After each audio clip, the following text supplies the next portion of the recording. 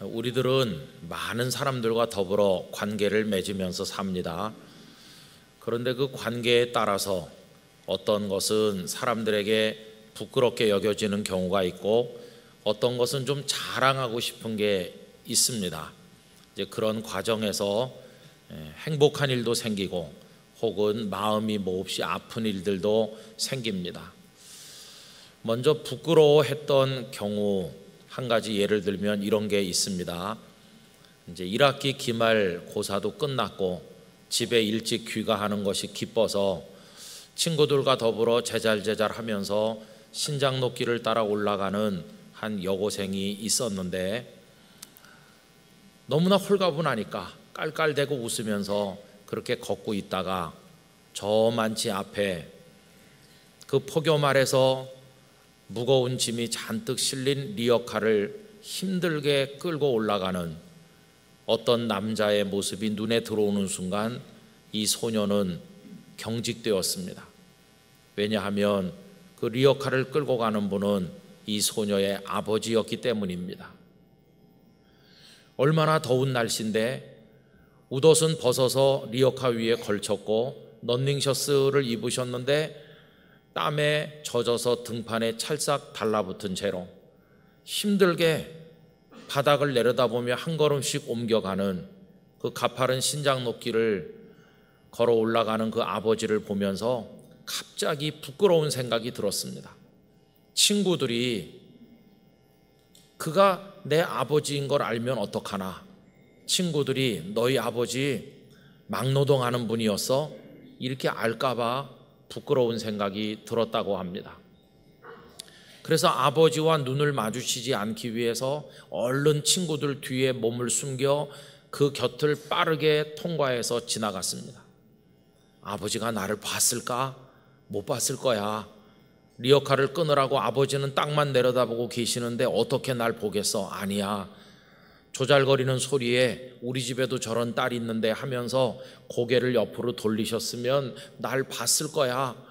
그런데도 아버지를 아는 척을 하지 않은 나를 아버지는 어떻게 생각했을까? 얼마나 괘씸하고 섭섭한 생각을 했을까? 오후 내내 마음이 불안했습니다. 그러다가 늦은 저녁에 아버지가 들어오셔서 씻고 식탁에 앉으셨는데 아버지는 아무 말씀도 없으셨다고 합니다.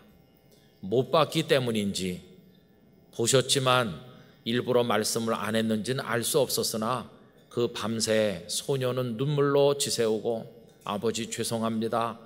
저를 위해서 몸이 부서지라 일하시면서 수고하시는데 저는 친구들에게 우리 아빠야 이렇게 소개를 못해서 아빠를 부끄럽게 여긴 거 너무너무 죄송합니다. 내가 언젠가 아버지 앞에 무릎 꿇고 용서를 빌겠습니다. 이렇게 했답니다. 그런데 용서를 빌 기회를 얻지 못한 채로 세월은 흘렀고 이제는 시집을 가게 됐고 그래서 아이를 하나 낳고 보니까 부모의 심정이 어떤 것인지를 좀 더 알게 되었는데 그러던 어느 날 고생 많이 하신 친정 아버지께서 세상을 떠났다는 것입니다. 아버지께 한 번도 용서를 빌어보지 못한 채로 용서를 구하지 못한 채로 아버지를 떠나보낸 겁니다. 그래서 슬픔 가운데 장례식을 끝냈고 자신의 그 죄책감과 용서를 구하는 그 마음을 다 담아서 방송국에 편지로 그 사연을 보냈는데 그 방송국 FM 음악을 소개하는 시간에 그 편지가 낭독되는 것을 들었습니다. 참 마음이 아프고 슬픈 이야기가 아닐 수가 없었습니다. 여러분, 우리는 여러 사람들과 관계를 맺고 있는 중에 그 사람이 아주 악하고 그리고 독하고 도대체 사람이라고 할 수 없을 만큼 그 심성이 비뚤어진 사람과도 종종 만날 수도 있겠지요. 그런데 그러니와 내가 관계가 있다는 게 사람들에게 노출되는 걸 부끄러워할 수도 있겠습니다. 이해할 수 있습니다. 그러나 우리는 당연히 존경하고 소중히 여기고 받들어야 될 분까지도 앞에 그 소녀의 경우처럼 부끄럽게 여긴다면 이건 얼마나 마음이 아픈 일인지 말할 수가 없습니다. 여러분, 우리네 부모님들께서는 대부분이 다 배움의 끈이 짧습니다. 그리고 그때는 우리나라 전체가 가난하던 때이기 때문에 우리 부모님들은 거의 다가 가난하셨지요. 당신들은 그렇게 많이 못 배우시고 가난했기 때문에 어금니를 깨물고 허리를 동여매고 뼈가 빠지게 일을 하면서 자식들만이라도 성공을 시켜보려고 공부를 시킨 것이 우리 부모님 세대 아니십니까? 그렇게 했더니 그 덕에 성장해서 학교 다니고 성공한 자식들은 늙은 부모를 늙었다고, 배운 게 없다고, 아는 게 없다고, 시대에 뒤처졌다고 하면서 무시하고 뒷방 늙은이 취급을 한다면 이게 얼마나 마음이 아픈 일이겠습니까? 여러분, 우리들 중에는 종종 마땅히 소중히 여기고 자랑스럽게 여겨야 될 분을 그렇게 부끄러워하는 경우들을 볼 때가 있는데 참 마음이 아픕니다. 그래서 심지어 가난하다고 해서 혹은 어떤 다른 이유 때문에 형제 자매를 부끄러워하고 심지어 장애가 있다고 해서 내 자식을 세상에 내놓지 않으려는 부모가 있고, 그리고 부부끼리도 부끄러워하고 친구가 친구를 인정하지 않는다면 여러분, 이런 게 얼마나 인생의 비극입니까?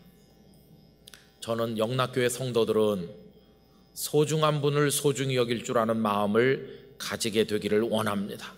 마땅히 존경하고 마땅히 존중해드리고 마땅히 효도하고 마땅히 자랑하고 귀하게 여겨야만 할 것입니다.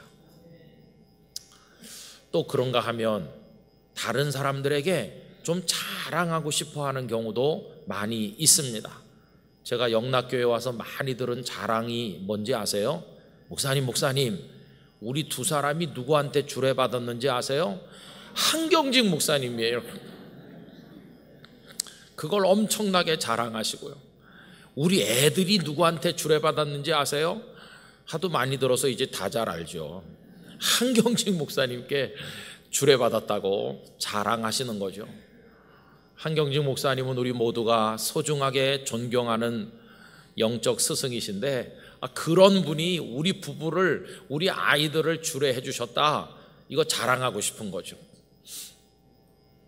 그리고 또 어떤 인기 스타가 있다고 할 때 그 무슨 친척쯤 되면 이렇게 자랑합니다. 목사님, 그 아무개라고 요새 아세요? 그럴 때 안다고 그래야 되는데 모르는데요. 참, 그럼 이게 근데 왜요? 그러면 그 우리 손자놈이라고, 우리 조카라고, 얼마나 자랑스럽겠어요? 여러분, 그러다 나중에 어떤 분은 이런 것까지 자랑해요. 우리 옆집에 살아요, 이렇게.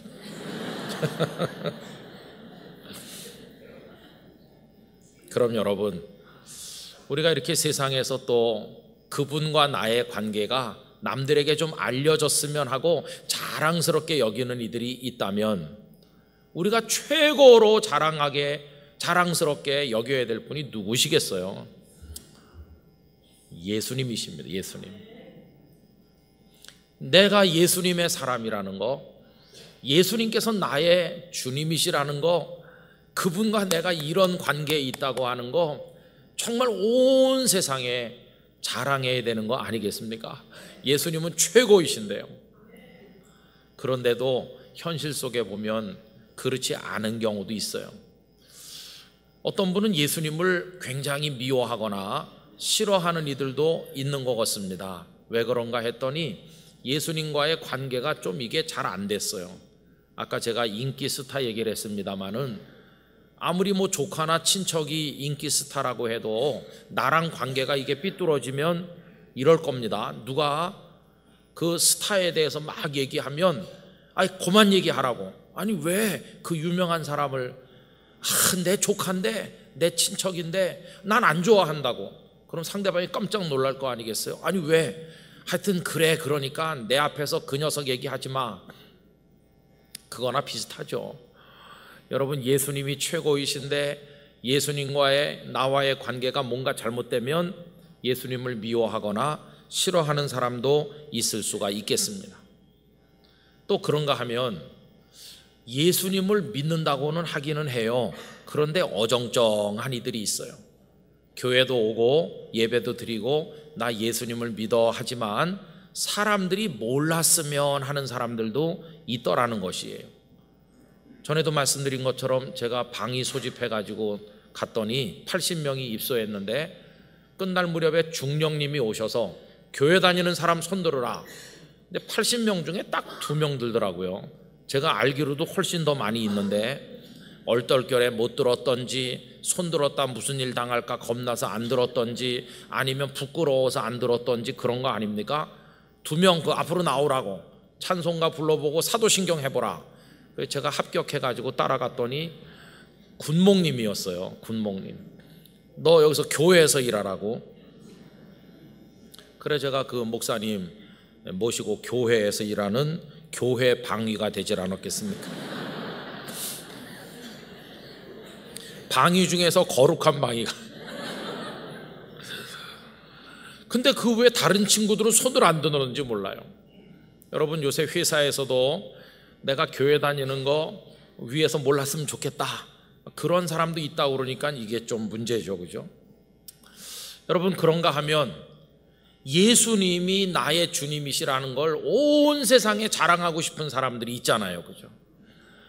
예수님을 자랑하고 싶어서 선생님도 예수님을 만나보세요. 예수님을 믿으세요. 이렇게. 여러분 그런 분들이 오늘 읽은 성경 말씀 속에 나옵니다.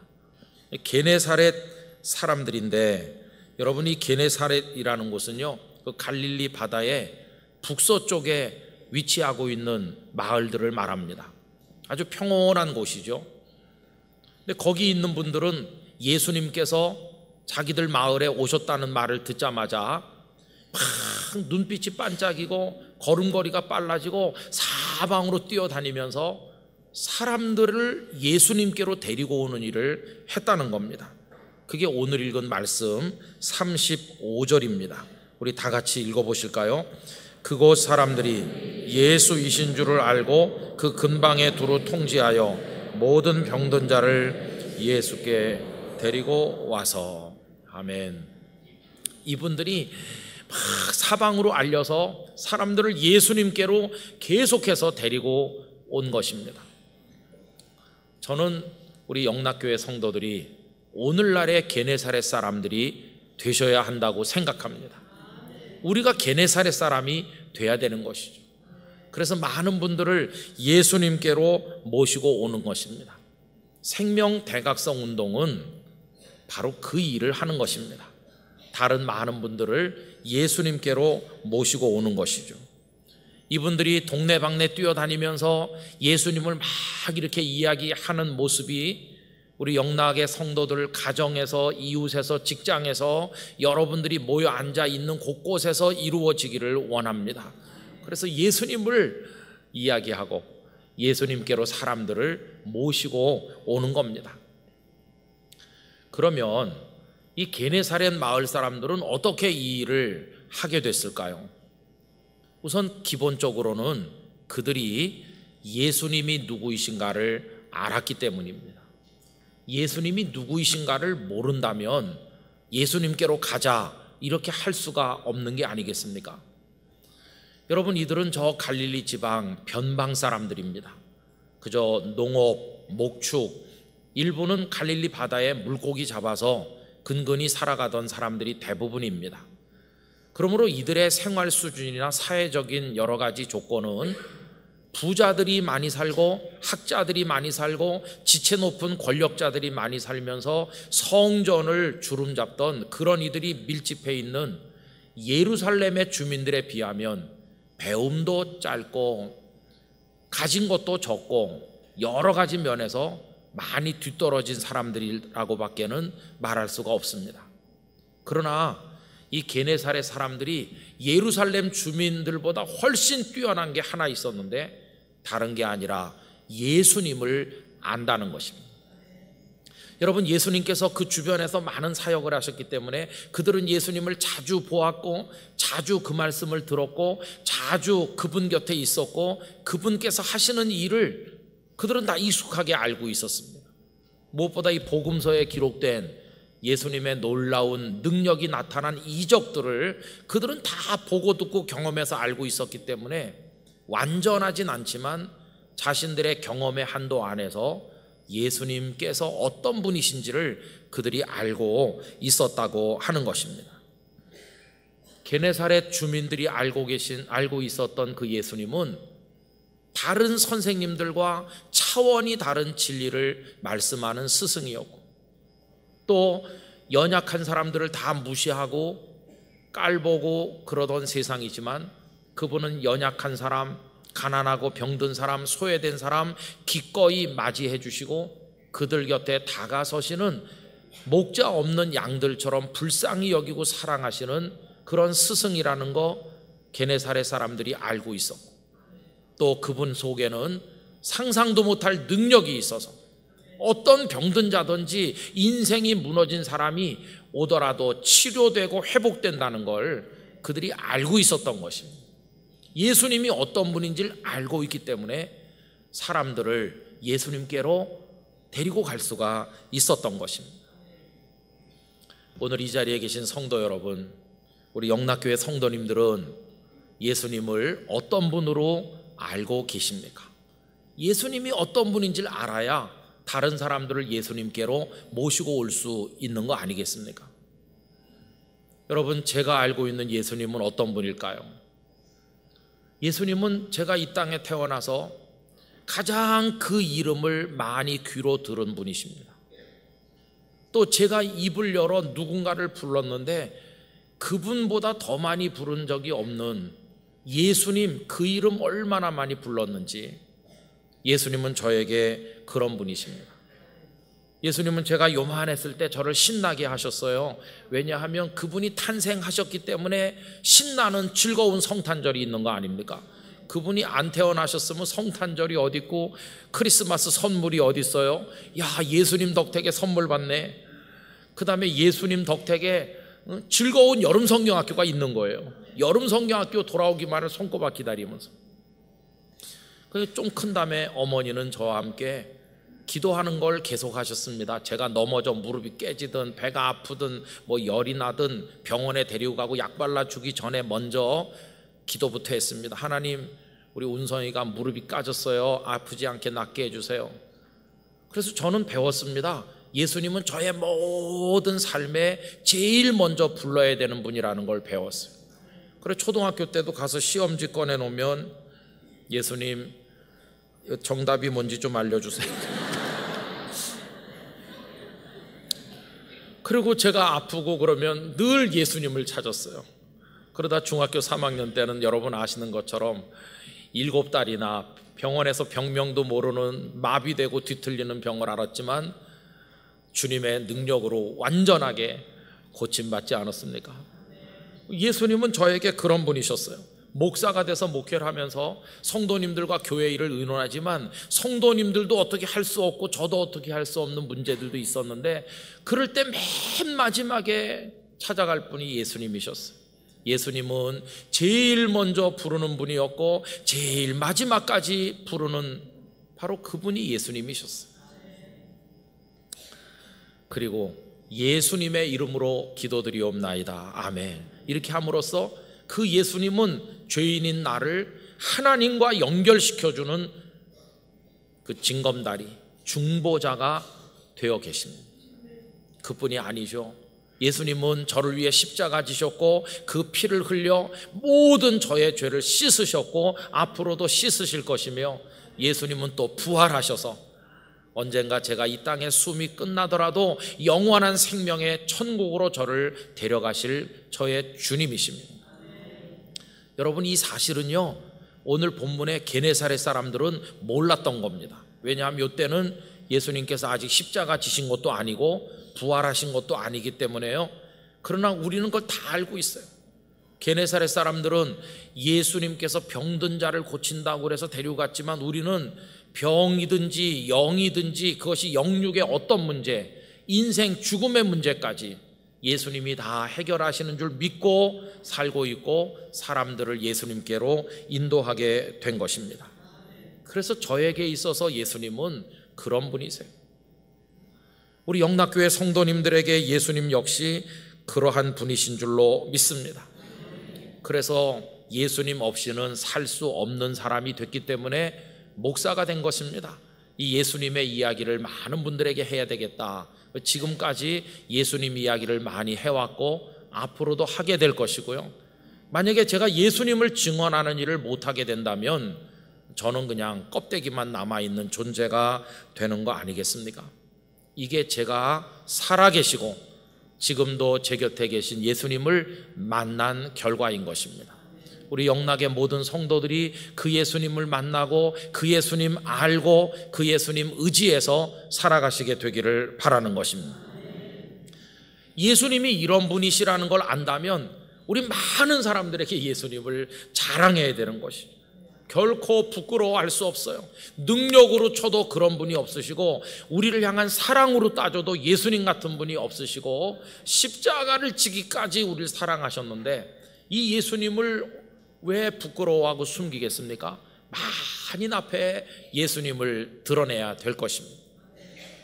여러분 사무엘상 2장 30절 하반절에 보면 나를 존중히 여기는 자를 내가 존중히 여기고 나를 멸시하는 자를 내가 경멸하리라, 이런 말씀이 나오는데요.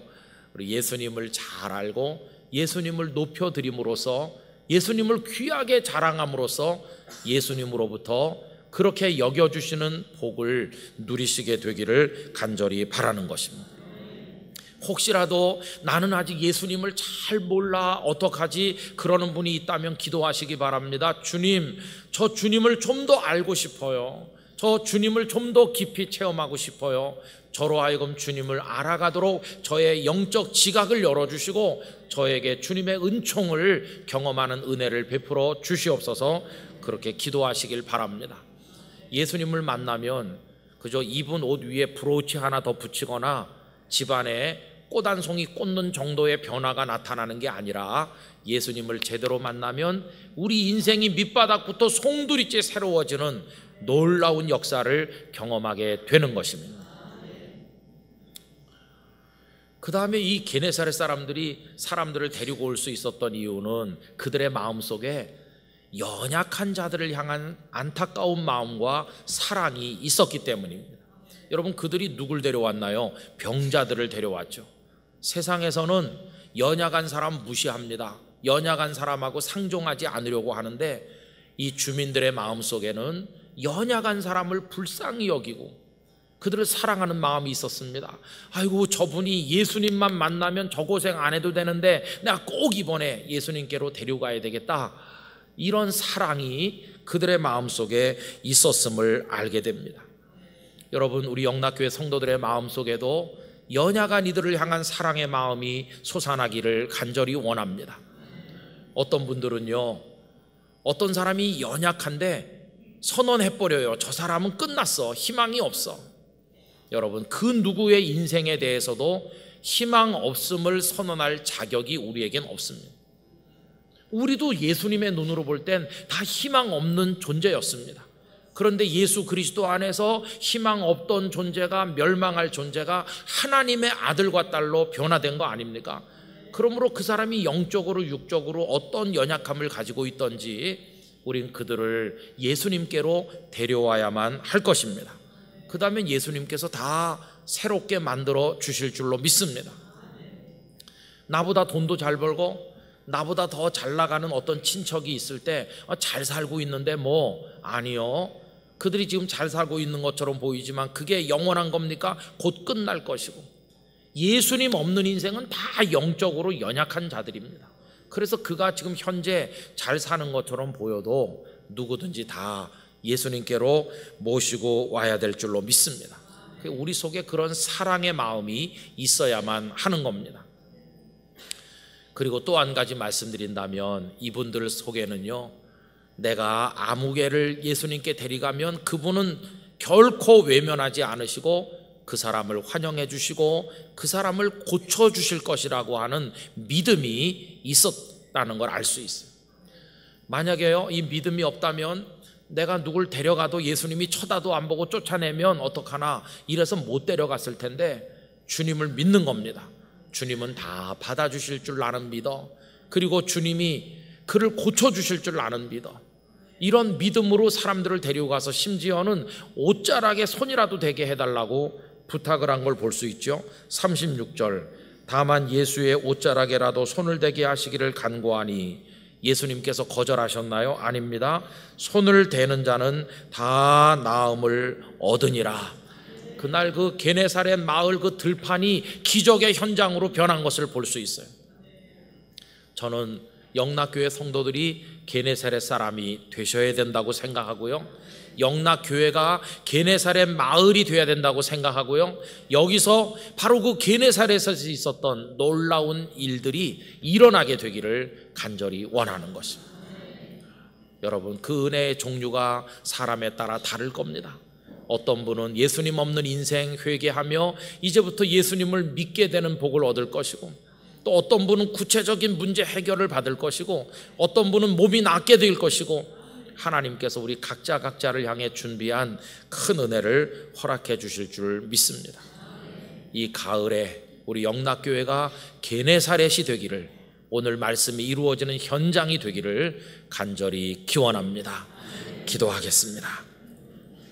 하나님 아버지, 게네사렛 사람들이 예수님을 알고 연약한 이들에 대한 사랑의 마음을 가지고 물리치지 않으실 줄 믿는 믿음을 가지고 많은 이들을 데려온 것처럼, 우리 영락교회가 게네사렛이 되고 아름다운 열매와 기적을 보는 현장이 되도록 아버지, 저희들을 축복하여 주시옵소서. 예수님의 이름으로 기도하옵나이다. 아멘.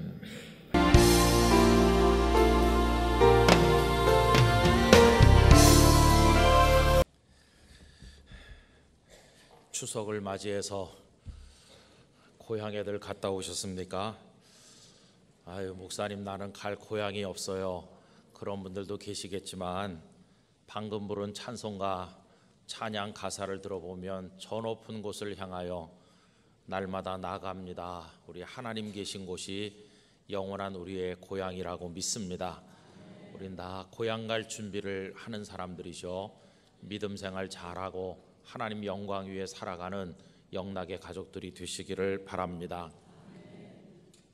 저 2층에도 또 아래층 이쪽 저쪽에 하나님의 은혜가 함께 하시길 바라고, 또 아래 베델에 그리고 베다니 홀에 어디서 예배드리든지 선교관에도 곳곳에 하나님의 은총을 기원합니다.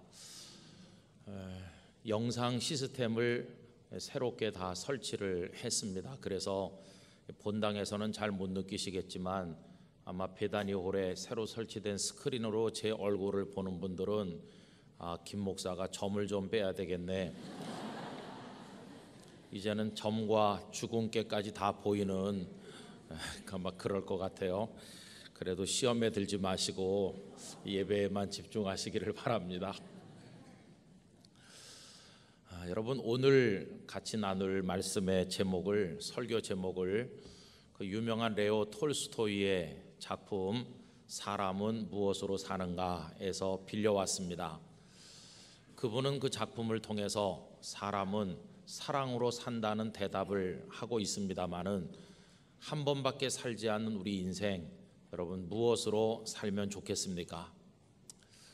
오늘 우리가 함께 읽은 말씀은 예수님께서 메시아 사역을 시작하시기 전에 마귀에게 3번 시험 받으신 일 가운데서 그 첫 번째 시험 받으신 내용, 그것을 같이 읽었습니다. 도대체 마귀는 예수님께 제일 먼저 어떤 시험을 했는지 오늘 말씀 2절과 3절에서 확인을 해보기를 원합니다. 40일을 밤낮으로 금식하신 후에 줄이신지라 시험하는 자가 예수께 나와서 이르되, 네가 만일 하나님의 아들이거든 명하여 이 돌들로 떡덩이가 되게 하라. 마귀의 첫 번째 시험은 돌들로 떡덩이를 만들라 하는 것이었습니다.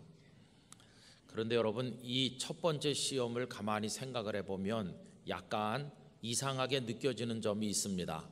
마귀가 어떤 존재입니까? 틈만 있으면 우리를 시험하는 존재입니다.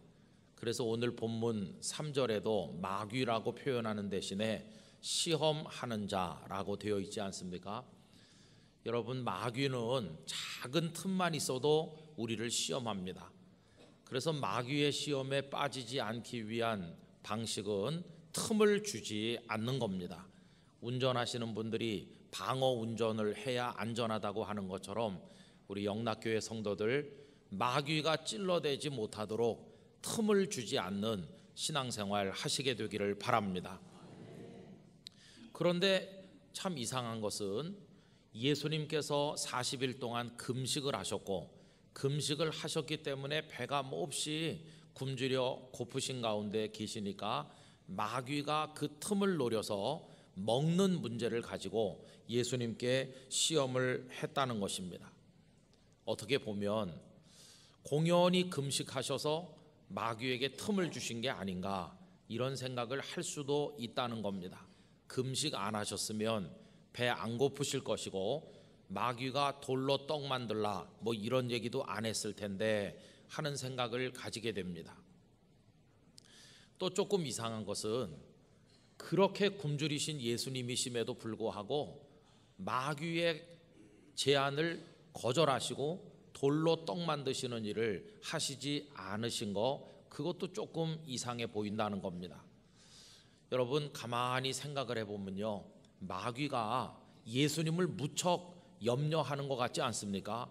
어이구, 배가 고프시겠네, 이래서 걱정해 주는 것처럼 보이기도 하고, 이 마귀가 한 말이 상당히 합리적인 것처럼 보입니다.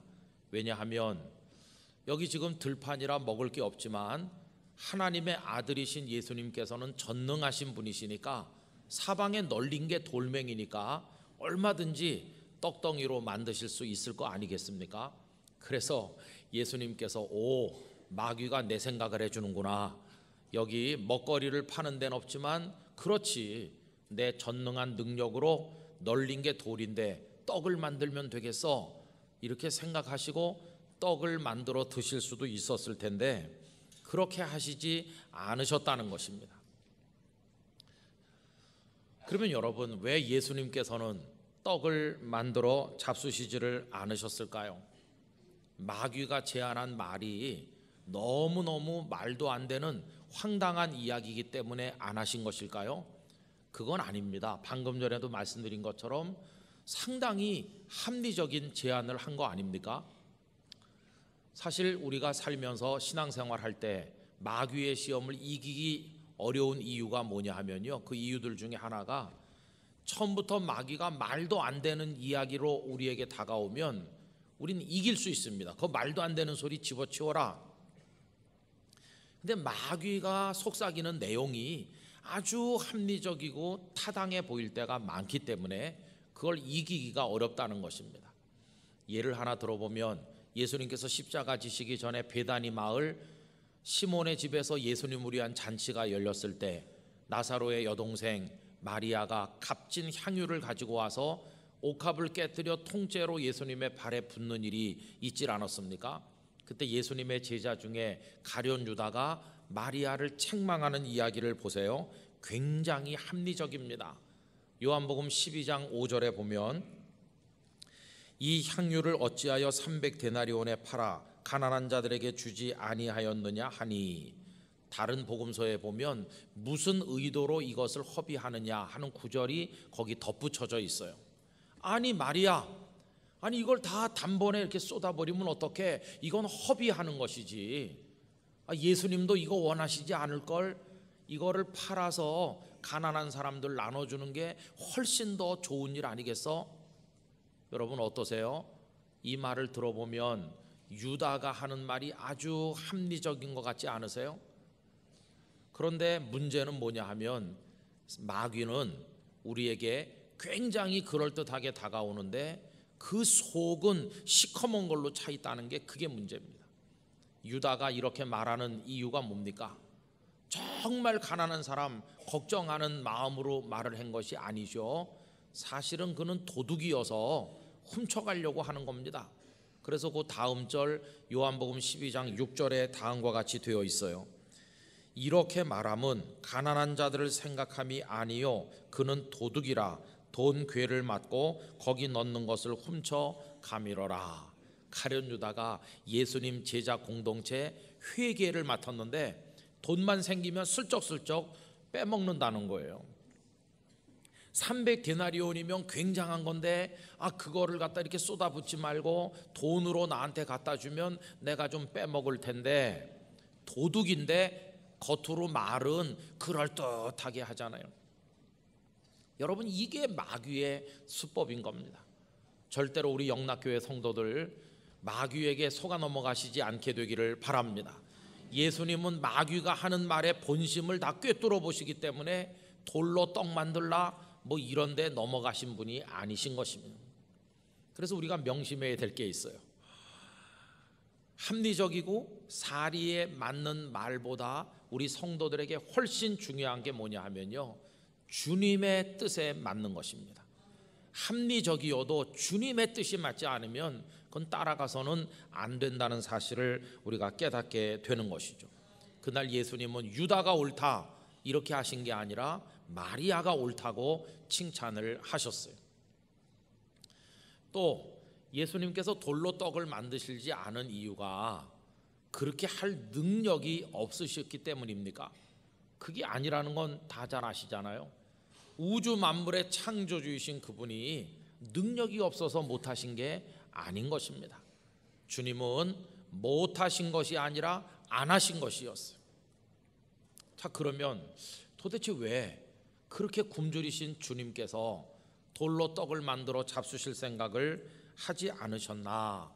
여러분, 진짜 이유는 따로 있는 겁니다. 그건요, 돌로 떡을 만들어 잡수시는 거, 하여튼 뭐든지 지금 잡수시는 것보다 훨씬 중요한 것이 예수님의 가슴을 가득 채우고 있었기 때문입니다. 먹는 게 문제가 아니었어요. 그거보다 훨씬 중요한 게 당신의 가슴을 꽉 채웠기 때문에 먹는 것 따위는 생각조차 하시지 않으셨다는 겁니다. 우리 주변에도 종종 어떤 것을 위해서 단식 투쟁하는 분들을 볼 때가 있습니다. 그 단식 투쟁하는 일을 염려해서 사람들이 음식을 가지고 와서 좀 잡수시라고 해도 거절합니다. 그때 그분들에게는요, 뭔가 이루어야 될 그 일이 있는 거죠. 그 일을 위해서라면 안 먹어도 좋아. 차라리 굶다가 내가 죽더라도 그 일을 나는 이루어야 돼. 이런 게 가슴속에 있는 게 아니겠습니까? 그 일을 이루지 못한다면 아무리 떡 아니라 산의 진미를 싸놓고 먹어도 아무 의미가 없어. 그 일을 나는 반드시 이루어야만 해. 성도 여러분, 우리 예수님 가슴에도 그 일이 있었던 것입니다. 그걸 위해서 예수님께서는 광야로 가신 것이고 성령에게 이끌려서 거기 계시면서 40일을 금식을 하셨던 것이죠. 그 40일 동안 당신 가슴을 채우고 있는 그 일을 위하여 하나님 앞에 기도하시고 그 일을 이루고자 하는 결단을 굳건하게 마음속에 가지시고 내가 반드시 그 일을 이루겠다 이렇게 하시는 가운데 40일을 고독한 광야에서 하나님과 더불어 보내신 것입니다. 그래서 예수님은 말씀하십니다. 사람이 떡 먹는다고 사는 게 아니다. 그거보다 훨씬 중요한 뭔가가 있다. 그래서 사람이 떡으로만 사는 게 아니라고 말씀을 하시는 겁니다. 그래서 여러분, 본문 4절 유명한 말씀을 예수님께서 하셨죠. 우리 다 같이 큰 소리로 함께 읽겠습니다. 예수께서 대답하여 이르시되 기록되었으되 사람이 떡으로만 살 것이 아니요 하나님의 입으로부터 나오는 모든 말씀으로 살 것이라 하셨느니라 하시니 아멘. 성도 여러분, 여기서 이제 두 종류의 인생이 있다는 걸 알게 됩니다. 하나는 사람은 무엇으로 사는가 그렇게 물을 때 떡으로 사는 인생이 있습니다. 또 하나는 하나님의 말씀이 가르쳐주는 그 일로 살아가는 인생이 있습니다. 여러분, 이 두 가지 중에서 우리 모든 성도들은 결단을 해야만 하는 것입니다. 단 한 번 사는 인생인데, 그것도 지금 벌써 많이 살았고 앞으로 얼마 안 남은 인생인데 나는 떡으로 사는 인생을 살아갈 것인가, 아니면 하나님의 말씀이 가르쳐주는 그 일을 하는 인생으로 살아갈 것인가, 이거를 결단해야만 된다는 겁니다. 성도 여러분, 우리 예수님께는 어떤 결단이 있으셨나요? 두말할 것도 없이 우리 주님은 떡으로 사는 인생이 아니라 하나님의 말씀에서 하나님 아버지께서 주신 그것을 위해서 사는 인생을 우리 주님께서는 우리에게 보여주신 것입니다. 그래서 그것이 중요하기 때문에 사람이 떡으로만 사는 것이 아니요, 하나님의 입으로부터 나오는 모든 말씀으로 산다고 우리들에게 가르쳐 주신 것입니다. 여러분, 그러면 그때 예수님의 가슴을 채우고 있던 그 일의 정체가 도대체 뭡니까? 다른 게 아니라 메시아로서의 사명, 바로 그것이었습니다. 메시아로서의 사명이 우리 주님의 가슴을 꽉 채운 겁니다. 그 사명의 내용이 뭡니까? 놀랍게도 죄 가운데 빠져 있는 저와 여러분을 건져서 구원하는 것이었습니다. 그래서 주님의 마음에는 내가 저들을 반드시 멸망해서 구원하리라, 이게 주님의 가슴을 채우고 있는 겁니다. 그래서 주님은 결단하신 겁니다. 저들을 위해서 내가 십자가를 지고 저들의 형벌을 내가 대신 받고 저들의 죄를 내 보혈로 깨끗하게 씻기고 내가 죽음을 이기고 부활함으로 저들에게 영원한 생명의 길을 열어주리라, 이 메시아의 사명을 완수하고야 말리라. 이게 예수님의 가슴을 꽉 채우고 있어서 그거 가지고 40일 동안 금식하며 하늘의 아버지 하나님과 더불어 묵상하며 그 기간을 지나셨다고 하는 것입니다. 여러분, 만약에 예수님께서요 산의 진미를 하루세끼 날마다 드신다고 해도 이 메시아의 사명을 이루시지 않는 인생을 살다 가신다면 그건 아무 의미가 없는 게 아니겠습니까? 그래서 마귀는 그 메시아의 사명을 좌절시키려고 하는 겁니다. 예수님을 걱정해 드리는 게 아니라 돌로 떡 만들어서 잡수시라고 하면서 예수님을 가로막는 거죠. 여러분, 마귀의 목표는 예나 지금이나 똑같습니다. 우리로 하여금 멸망하여 지옥에 떨어지도록 만들려고 하는 게 마귀의 목표입니다. 그러려면 우리가 멸망해야 되니까 구원의 길이 있으면 안 되는 것이죠. 구원의 길은 예수님의 십자가를 통해서 만들어지는 거니까 예수님께서 십자가를 못 지시게 방해를 하는 겁니다. 그래가지고 돌로 떡을 만들어 드시죠, 이러는 겁니다. 만약에 예수님께서 돌로 떡을 만들어 드시면 마귀가 뭐라고 할까요? 참 잘하셨습니다. 그리고 그 떡을 더 만들어서 굶주린 민중들에게, 백성들에게 나눠주시죠. 그 떡 받아 먹은 백성들 오병이어의 역사에도 보면 예수님을 임금으로 추대하려고 했는데 이 사람들이 예수님을 열광할 것이고 예수님은 영광을 받으시고 왕이 되실 겁니다. 예수님은 영광을 받으시는 분이 되면 십자가 안 지게 되실 겁니다. 십자가를 예수님이 안 지시면 누가 우리 형벌 감당해 주시고 우리 죄는 뭘로 씻으며, 주님이 죽으셔야 부활도 있는 건데 부활이 없으면 우리는 어떻게 영생을 얻게 되는 것이겠어요? 이게 마귀가 노리는 것임을 주님은 다 알고 계셨다는 것입니다. 그래서 여러분, 지금은 이미 주님이 십자가 부활을 통해 구원의 길을 여셨기 때문에 작전을 바꾼 거죠. 마귀가 어떻게 구원의 길로 가지 못하도록, 예수님을 구주로 믿지 못하도록 계속 방해하는 공작을 지금도 하고 있다는 걸 잊어서는 안 될 것입니다. 또 반대로 예수님께서 떡을 안 만드시면 이 마귀가 사람들에게 뭐라고 선전할까요? 아이고, 저 예수는 입만 열면 하나님의 아들이라고 하더니 봐라, 능력이 없으니까 떡을 못 만들지 않느냐, 가짜야, 이러면서 또 비방할 겁니다. 떡을 만들어도 문제, 안 만들어도 문제인데 주님은 어느 쪽을 선택하셨나요? 떡을 안 만들기로, 그래서 굶으시기로. 그래서 마귀가 저 가짜 예수라고, 가짜 메시아, 가짜 하나님의 아들이라고 조롱하는 걸 기꺼이 받아들이시기로 결심하셨어요. 욕해라, 흉봐라, 조롱해라, 그래도 나는 십자가 지고 내 백성을 구원하겠다, 이렇게 하셔서 오늘 우리가 이 자리에 있게 된 줄로 믿습니다. 이게 예수님의 가슴을 채우고 있었던 메시아의 사명이었어요. 그 사명을 위해서 굶으셔도 괜찮고 돌로 떡을 안 만들어도 괜찮고 비방해도 괜찮고 주님은 그렇게 다 주셔서 우리를 건져서 구원하신 것입니다. 그러니 여러분, 떡 만들어 먹는 것으로 사는 게 아니죠. 사람은 떡으로 사는 것이 아니라 떡도 필요하지만 결정적인 것은 하나님의 말씀에 담겨 있는 그 일, 그 사명으로 우리 인생이 살게 되는 줄로 믿는 것입니다. 방금 전에 읽은 이 말씀은요, 사실은 예수님께서 구약 성경 신명기 8장 3절을 인용하셔서 하신 말씀인데, 거기 보면 이렇게 되어 있습니다. 너를 낮추시며, 여기 너는 이스라엘 백성을 말하죠. 이스라엘 백성 너를 낮추시며 너를 줄이게 하시며 또 너도 알지 못하며 네 조상들도 알지 못하던 만나를 네게 먹이신 것은 사람이 떡으로만 사는 것이 아니요 여호와의 입에서 나오는 모든 말씀으로 사는 줄을 네가 알게 하려 하심이니라. 이렇게 되어 있어요. 여러분, 만나를 먹고 살지 않았습니까? 이스라엘 백성들 40년 광야에서. 그러면 좀 이상하죠. 만나를 먹이신 것은 사람이 떡이 있어야 사는 걸 알려주려 하는 거다. 이렇게 돼야 말이 맞는 것 같은데, 만나를 먹이신 것은 떡으로만 사는 게 아니요 여호와의 입으로부터 나오는 말씀으로 산다는 걸 알려주시기 위한 거라. 여러분들이 잘 생각해야 됩니다.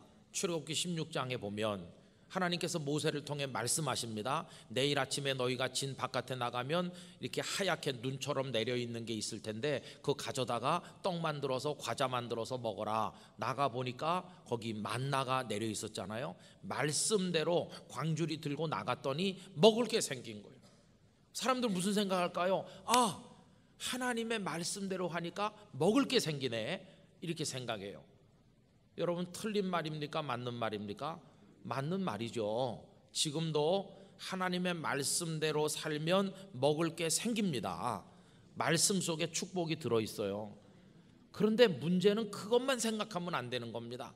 말씀대로 했더니 떡이 생겼네, 돈이 생겼네, 뭐가 생겼네, 이렇게 하는 데까지만 우리 생각이 머무르면 그걸 가리켜서 기복주의 신앙이라고 문제가 되는 것이죠.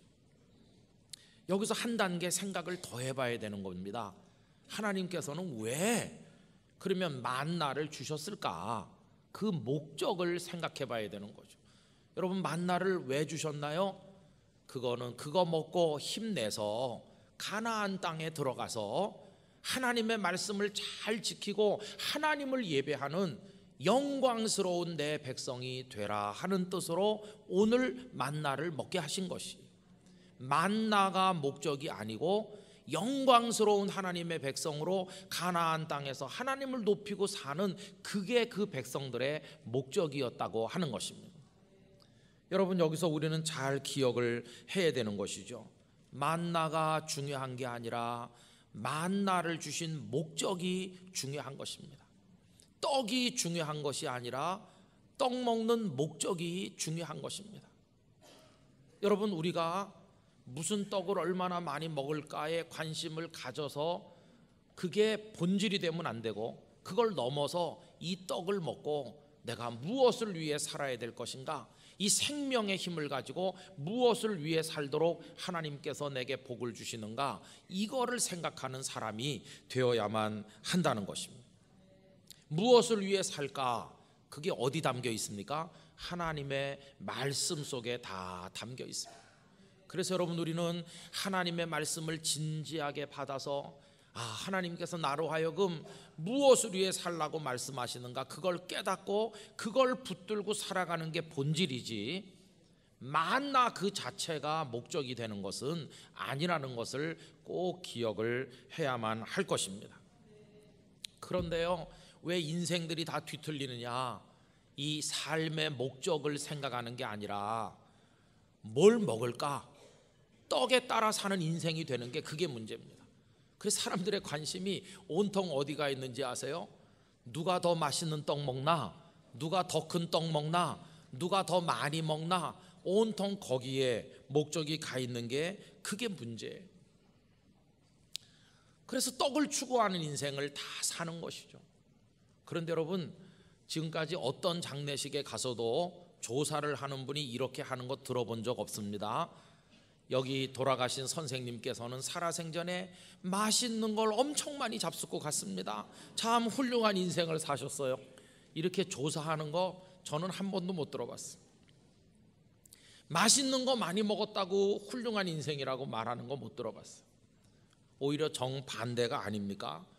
죽으면 죽으리다로 유명한 안희숙 여사의 그 책에 보면 신사참배 거부하시다가 옥고를 치르시고 고생 많이 하는데 요만큼 먹으라고 뭘 주는데요, 그거를 안 잡수시고 같은 감방에 중국인 사형수 여자에게 그걸 주면서 그 여인의 마음을 녹이고 생명의 구주 예수님을 전도하는, 그래서 그녀가 변화돼서 사형장에 웃으며 들어가게 해주는, 천국을 바라보게 하는 그 얘기가 나오잖아요. 안희숙 여사께서 세상을 떠나시고 그렇게 했을 때 사람들이 뭐라고 말합니까?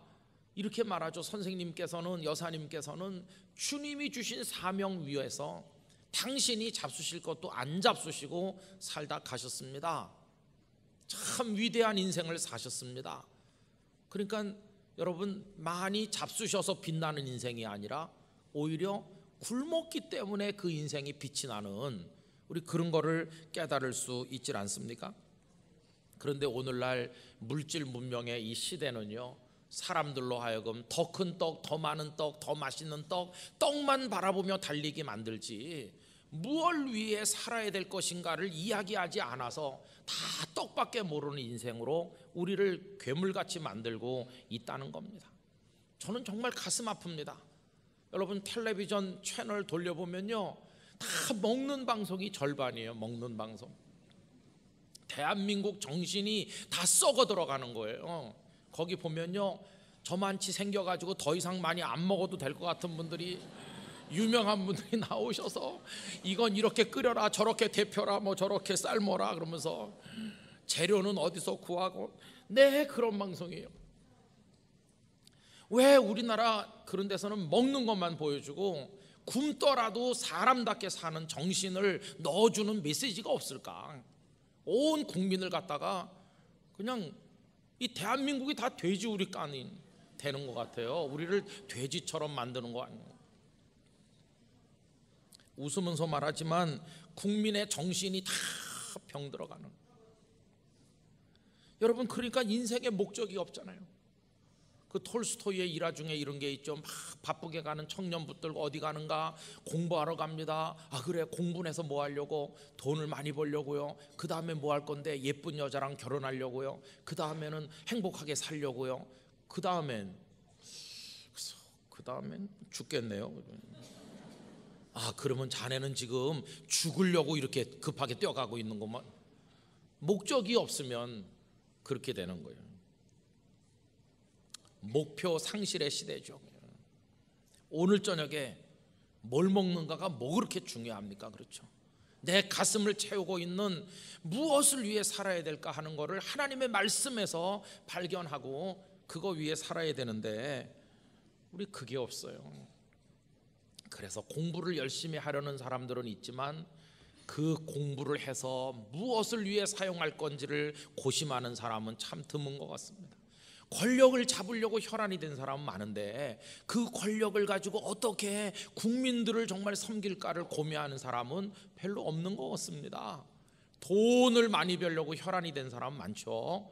그러나 그 돈으로 어떻게 하나님의 뜻을 이룰까를 위해 눈물을 흘려 기도하는 사람은 찾아보기 어려운 시대에 우리가 살고 있는 것입니다. 저는 우리 영락교회 성도님들에게 예수님처럼 광야에라도 가시기를 말씀드리고 싶습니다. 여러분, 거기 가서 그 일을 발견하시게 되기를 축원합니다. 하나님의 말씀을 진지하게 받아 먹으면 그 말씀이 우리 속에 무엇을 위해 살아야 될지 그 일을 우리에게 알려줄 것입니다. 그 일이 우리 가슴에 차 있으면 뭐 한 끼 두 끼 안 먹어도 배고프지 않을 것입니다. 그 일을 이루는 것이 우리에게 기쁨이 될 것입니다. 떡만 추구하는 인생은 반드시 공허함을 가져올 것이고 먹다 죽게 될 것입니다. 저는 그래서 우리가 주님이 주신 그 일을 위해서라면 먹기도 하고 어떤 때는 그걸 위해서라면 굶을 수도 있고 그걸 초월해서 하나님 주신 인생, 가면 갈수록 지금 짧아져 얼마 안 남고 있는 우리의 자투리 인생이나마 바른 목적을 위해 살다가 하나님 앞에 서게 되기를 소원합니다.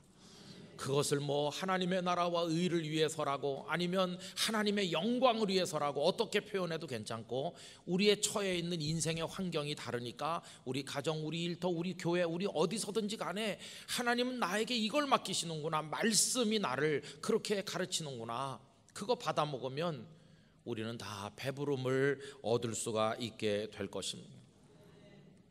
사람은 무엇으로 사는 것입니까? 떡으로 사는 인생, 거기서 이제 벗어나게 되기를 원합니다.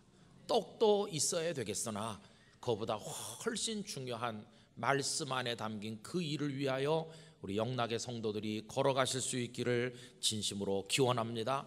그렇게 살 때 하나님 앞에 부끄럽지 않고 영광의 면류관을 쓰게 될 줄로 믿습니다.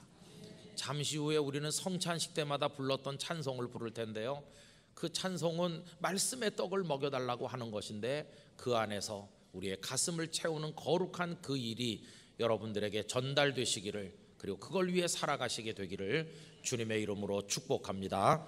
기도하겠습니다. 아버지 하나님, 떡만 추구하는 초라한 인생을 저희들이 살아갈까 두렵사오니, 갈수록 줄어들고 있는 남은 인생의 시간을 말씀을 통해 발견하는 그 일을 위하여 하나님의 영광을 위해 살다 갈 수 있도록 날마다 말씀의 꼴로 배부른 저희들이 되게 해 주시옵소서. 예수님의 이름으로 기도드리옵나이다. 아멘.